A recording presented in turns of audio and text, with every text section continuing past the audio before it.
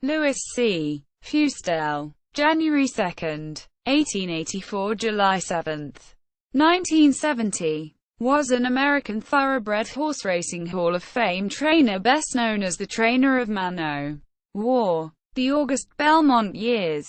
Born in Lindenhurst, NY, Feustel was only 10 years old when he began working in the horse racing industry as a stable hand. At age 24 he became a professional trainer. He had a long association with August Belmont, Jr., working as a lad at his stable and rising to the position of foreman and head trainer. In 1913, Feustel conditioned Belmont's colt Rockview to American champion 3-year-old male horse honors, with wins in several major races including the Brooklyn Derby and the Travers Stakes.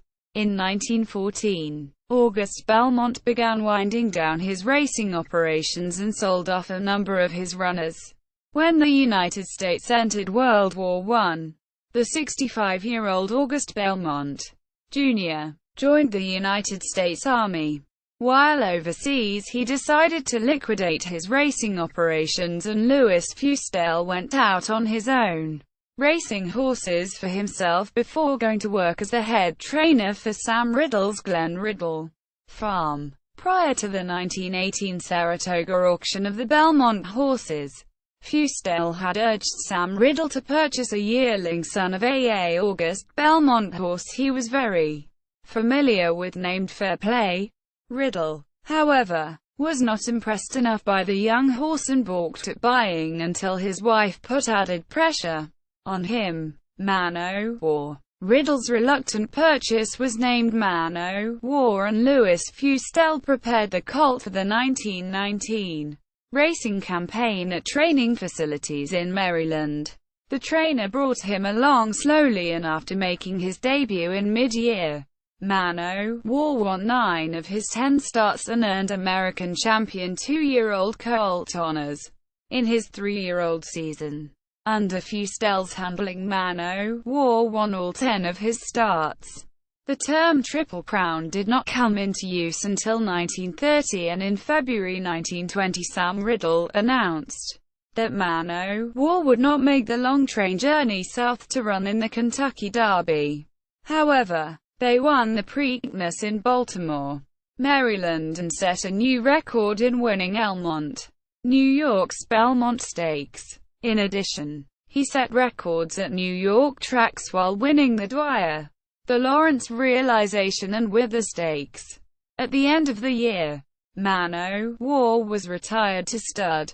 His 1920 earnings helped Louis Feustel become that year's leading money-winning trainer in the United States. Following its formation, both Feustel and the horse would be inducted in the National Museum of Racing and Hall of Fame and in the Blood Horse magazine list of the top 100 U.S. racehorses of the 20th century. Man-O' War was ranked number 1.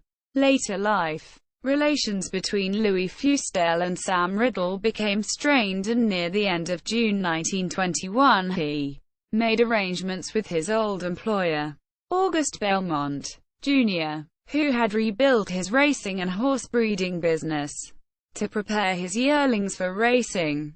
Although Feustel won the May 1922 Newtown Stakes and Richmond Handicap with Sam Riddle's horses, by the end of the year he was once again training all of the August Belmont, Jr. stable. In 1924, Feustel conditioned Ladkin to his historic win in the International Special No. 2 over the European superstar Epinard. August Belmont, Jr. died that year and Feustel was once again out on his own.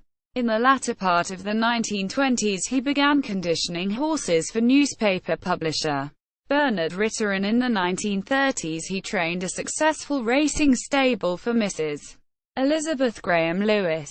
A serious automobile accident in February 1943 kept Louis Feustel out of racing for several months, and in 1950, after 42 years training horses, he retired. He and his wife eventually made their home in Pasadena, California. Following his wife's death, In the late 1960s, Feustel was living with a son in Chicago. Louis Feustel died on July 7, 1970 at age 86.